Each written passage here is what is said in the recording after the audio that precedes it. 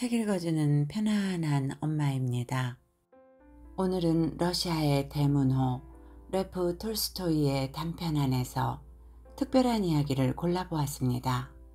프랑스 작가 기드 모파상의 단편 항구를 개작하여 발표한 것으로 알려진 프랑스와즈입니다. 이러한 발상이 흥미롭기도 하고 궁금하여서 여러분에게 소개해드릴 겸 낭독해드리고자 합니다. 지은이 레프 톨스토이 프랑스와즈 1882년 5월 3일 돛대 3개짜리 범선 바람의 신은 아브르항을 떠나 중국해로 출항했다.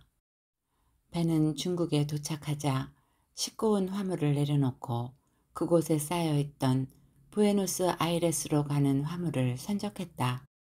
그리고 부에노스아이레스에서는 또 다른 화물을 싣고 다시 브라질로 향했다. 항해는 쉽지 않았다. 항해 도중 발생하는 일들, 즉 배의 파손, 수리, 정박으로 몇 달씩 시간을 보냈고 때로는 심한 바람 때문에 예정된 항로에서 너무 멀리 벗어나는 바람에 많은 시간을 허비하기도 했다. 바다에서 겪은 불운한 사고와 모험 때문에 4년간 낯선 바다를 떠돌게 만든 끝에 그 배는 1886년 3월 8일에야 드디어 미국제 통조림이 들어있는 양철 상자를 싣고 겨우 마르세유에 도착했다. 아브르항을 떠날 때 배에는 선장과 그의 조수 그리고 선원 14명이 있었다. 그러나 오랜 여행 도중에 선원 하나가 죽었고 온갖 시련을 겪으면서 선원 넷이 자취를 감춰버렸으므로 프랑스로 돌아왔을 때는 겨우 9명만이 남아있었다.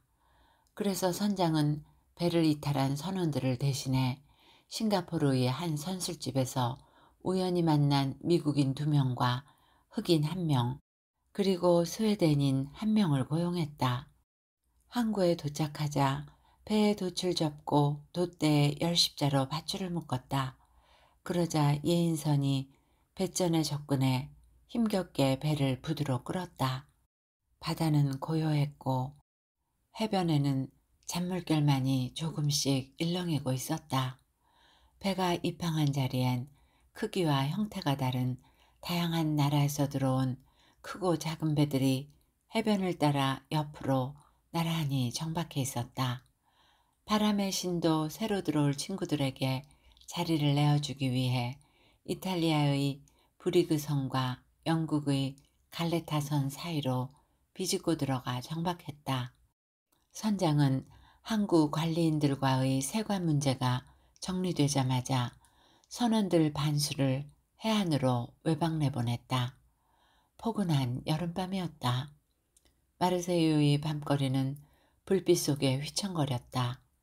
거리에 가득 찬 주방에서 흘러나오는 음식 냄새는 허기진 선원들의 식욕을 자극했고 사방에서 들려오는 이야기 소리, 덜컥거리는 마차의 바퀴 소리, 사람들의 유쾌한 웃음소리는 배에서의 오랜 생활로 거칠어진 선원들의 기분을 들뜨게 했다. 바람의 신에서 내린 선원들은 거의 4개월 동안 육지를 밟아보지 못했으므로 배에서 내리자 무태서의 습성이 사라진 이방인들처럼 2명씩 짝을 지어 도시를 어슬렁거렸다. 마치 먹이를 찾아 헤매기라도 하듯 선창에서 가까운 거리의 냄새를 맡으며 이곳 저곳을 기웃거렸다. 4개월간 여자라고는 구경도 못한 터라 성욕이 뱃사람들을 몹시 괴롭혔다. 젊고 건장하고 약삭 바른 셀레스틴 듀클로가 그들보다 앞장서서 걸었다. 그는 선원들이 해안으로 내려올 때마다 늘 앞장서서 그들을 인솔했으며 더욱이 동료들이 쉴 만한 훌륭한 장소를 찾아내는 데는 도사였고 필요할 때는 슬쩍 빠져나올 줄도 알았다. 때때로 배에서 내린 선원들 간에 싸움이 붙는 경우가 있는데 그럴 때도 그는 절대 싸움에 끼어드는 일이 없었다. 간혹 싸움에 끼어든다 해도 동료들을 보호하면서 자기 자신을 방어할 줄 아는 사람이었다.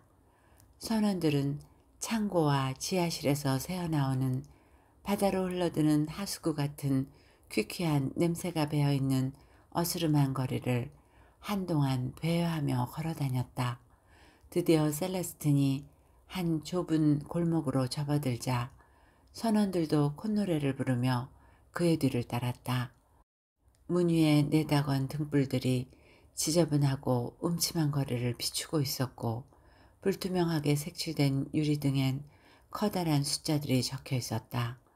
낮은 지붕 아래 짚을 엮어 만든 의자에 앞치마 같은 얇은 헛옷을 입은 여자들이 요염한 자세로 앉아 있다가 선원들을 보자마자 길 한가운데로 뛰어나왔다.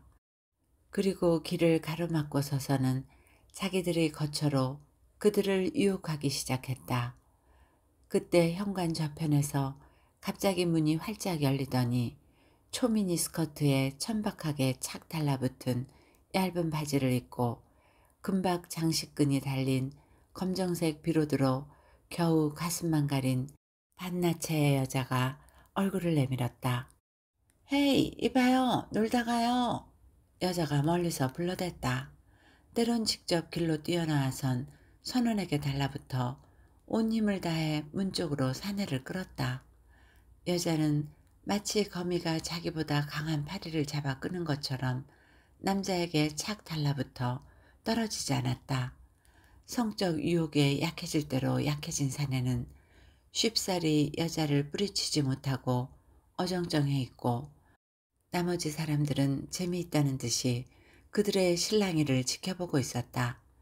그때 셀레스틴 듀클로가 소리쳤다. 여기가 아니야. 들어가지 마. 좀 더 가야 돼. 젊은 사내는 그의 목소리를 듣고 그녀를 간신히 떼어냈다. 선원들은 화난 여자들의 욕설을 뒤로하고 걸었다. 술집에서 흘러나오는 소음 속에서 또 다른 여자들이 밖으로 뛰어나오면서 쉰 목소리로 달라붙어 자기 손님들을 부추겼다. 그들은 계속 더 걸었다. 멀리서 한 무리의 군인들이 그들을 향해 발맞추어 걸어왔고 평민인지 관리인인지 알 수 없는 한 사람이 익숙한 장소를 지나는 사람처럼 혼자 걸어갔다. 어느 골목이나 똑같은 한 가지 모양의 등불이 어스름한 거리를 비추고 있었다. 선원들은 여자로 가득한 술집들에서 밖으로 내던져져 악취를 뿜어대며 뒹구는 오물을 조심스럽게 피해가며 거리를 계속 걸어갔다. 마침내 듀클로는 다른 집보다는 약간 나은 듯한 어느 집 앞에 멈춰서서 동료들을 그 집으로 안내했다. 선원들은 술집 안으로 들어가 큰 홀에 앉았다. 그리고 저마다 한 명씩 밤을 함께 보낼 마음에 드는 아가씨를 골랐다. 그것은 술집에서 일어나는 일상적인 풍경이었다. 그들은 세 개의 탁자를 붙여놓고는 둘러앉아 여자들과 함께 술을 마시기 시작했다. 그러곤 어느 정도 취기가 오르자 각자 자기 여자들을 데리고 위층 방으로 올라갔다. 그들이 좁은 방문을 열고 침대방으로 뿔뿔이 흩어지기까지 20개의 두꺼운 반장화가 나무 계단을 오르느라 오랫동안 쿵쿵거리는 소리를 냈다. 그리고 다시 위에서 내려와 술을 마시곤 또다시 위로 올라가 각자 방으로 흩어졌다. 음주와 색욕에 빠져 흥청망청 시간을 보낸 지 불과 4시간 만에 반년간 고생한 대가가 몽땅 날아가 버렸다. 밤 11시가 가까워지자 그들은 이미 만취 상태였다. 핏기가 서린 눈으로 자신도 모르는 소리를 짓거리며 횡설수설하고 있었고 아가씨를 무릎에 앉히고 노래하는 남자, 소리를 지르는 남자, 탁자를 두드리는 남자, 그리고 술을 들이붓는 남자도 있었다. 셀레스틴 듀클로도 동료들 사이에 앉아 있었다. 그도 다른 동료들 못지않게 술을 마셨지만 아직 만취 상태는 아니었다. 그의 무릎에도 제법 덩치가 있는 통통한 아가씨가 볼이 발그스름한 채 앉아 있었다. 그의 머릿속으로 어떤 생각들이 분주히 오갔지만 지나치게 감상적이 되어버려 여자와 무슨 말을 해야 할지 찾지 못하고 있었다. 생각이 떠오르는가 싶으면 금방 사라져버리는 것이었다. 그는 떠오르다 사라지는 말을 도저히 잡을 수가 없었다. 그는 어색하게 웃으면서 말했다. 그래. 그런데 여기 온 지는 오래됐나?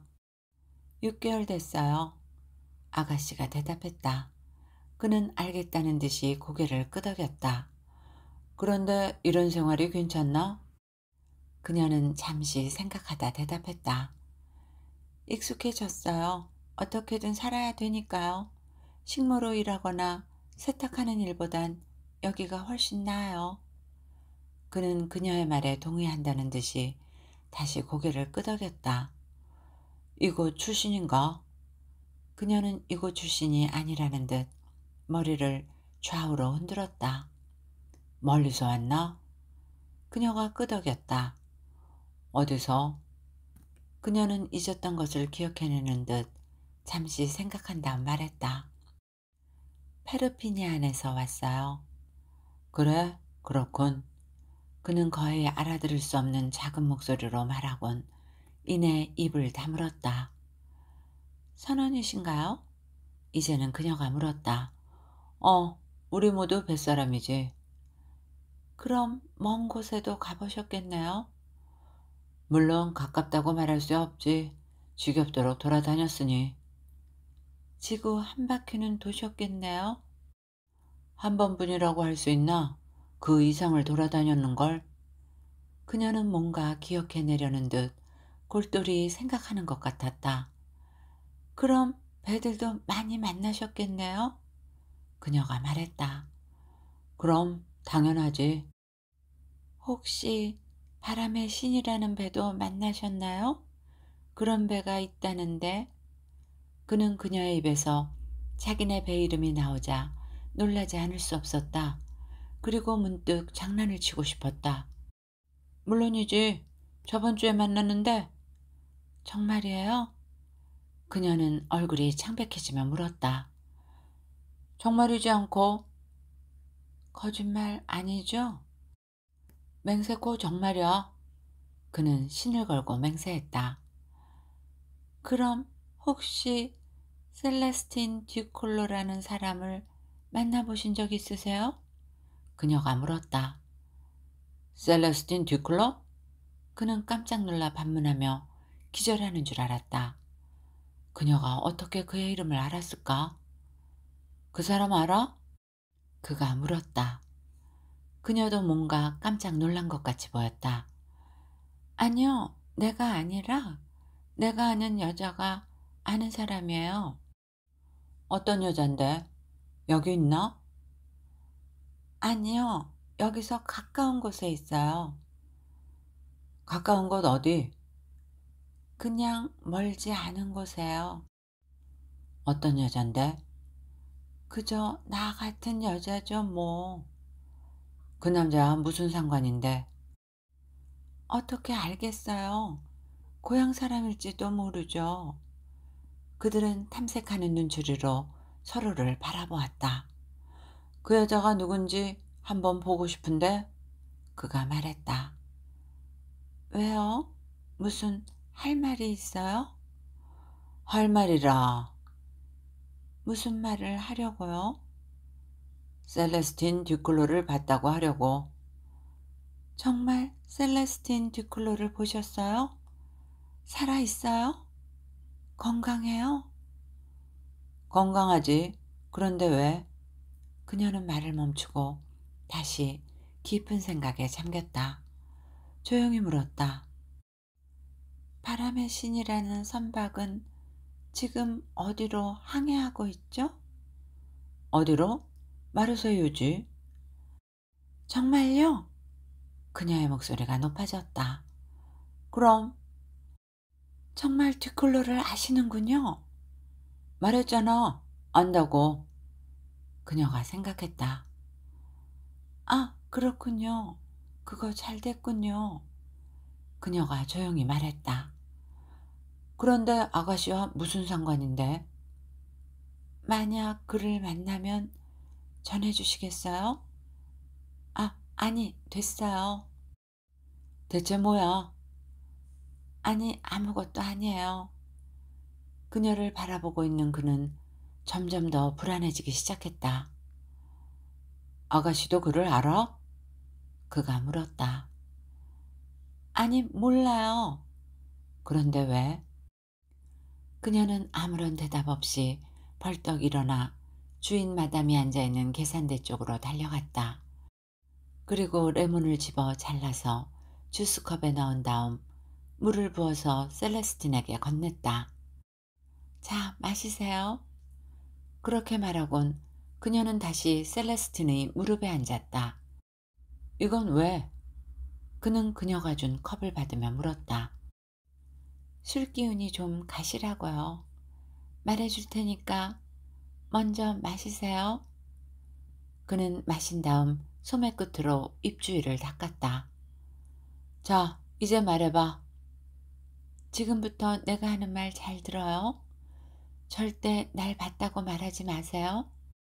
그리고 내가 하는 얘기 나한테 들었다고 해도 절대 안 돼요. 좋아, 말 안 하지. 맹세해요? 그는 맹세했다. 하느님 앞에 맹세해요? 하느님 앞에 맹세하지. 그를 만나면 전해주세요. 그의 아버지와 어머니가 돌아가셨다고요. 그의 형도 죽었다고요. 미치는 줄 알았어요. 한 달 만에 3명이 죽었으니. 듀클러는 온몸의 피가 심장에서 소용돌이치는 것 같았다. 무슨 말을 해야 할지 몰라 잠시 멍하니 앉아있던 그가 입을 열었다. 확실한 거야? 확실해요. 누가 말해줬지? 그녀는 그의 어깨에 자기 손을 올려놓고 그의 눈을 빤히 쳐다봤다.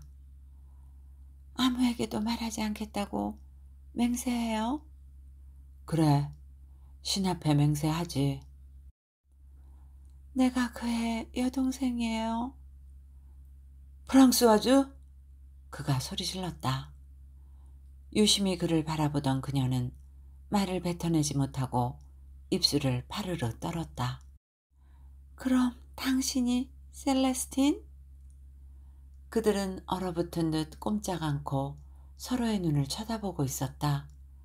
그들의 주위에서는 나머지 사람들이 고함을 질러대는 술에 취한 목소리, 컵을 치는 둔탁한 소리, 손과 주먹으로 책상을 두드리는 소리, 그리고 귀청을 찢는 듯한 여자들의 날카로운 웃음소리가 사람들이 왁자지껄 떠드는 소리와 함께 뒤엉키고 있었다. 어떻게 이런 일이? 그는 그녀가 겨우 알아들을 수 있을 만한 작은 목소리로 조용히 말을 꺼냈다. 그녀의 눈에는 가득 눈물이 고였다. 그렇게 됐어. 한 달 사이에 3명이 모두 죽어버렸어. 그녀가 말을 이었다. 내가 무엇을 할 수 있었겠어. 혼자 남았지. 약값에 병원비에 3사람 장례식 비용까지. 돈이 없으니 팔 수 있는 건 다 팔아서 갚을 수밖에. 그리고 기억나? 절름발이 카쇼. 그 사람 집에 하녀로 들어갔어. 그때 내 나이 겨우 15살이 채 안 되었을 거야.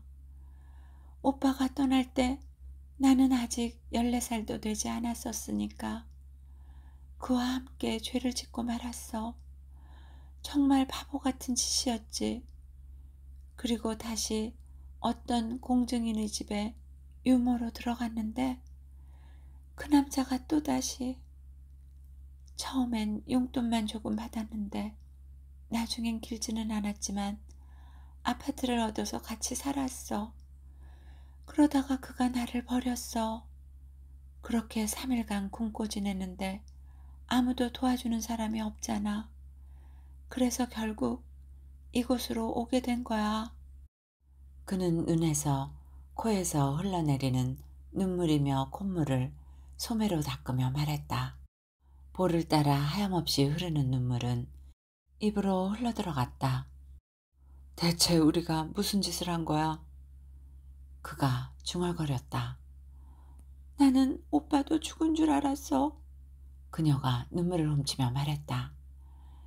이게 모두 나 때문이야. 목이 메인 그녀가 속삭였다.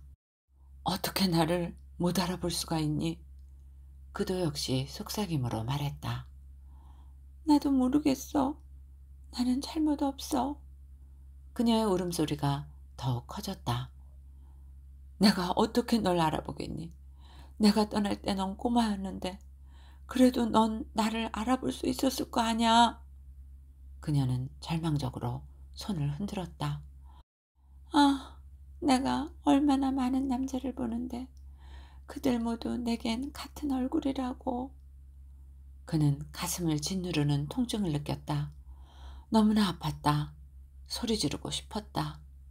매맞고 있는 아이들처럼 마구 소리치며 통곡하고 싶었다.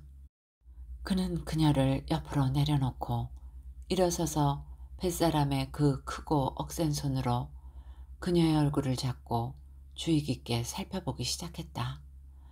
그리고 마침내 눈을 감은 그녀의 얼굴에서 어렸을 때 그가 집에 남겨두고 떠난 여리고 밝은 소녀의 모습을 조금씩 찾아냈다.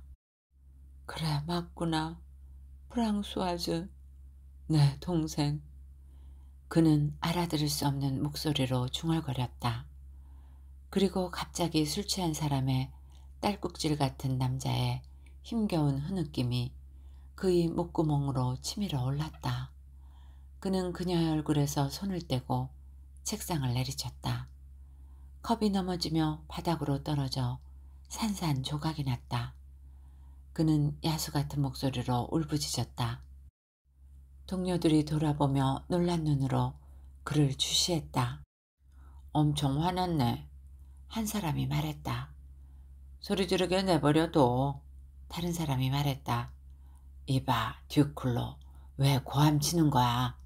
소리 그만 지르고 위층으로 한 번 더 올라가자고.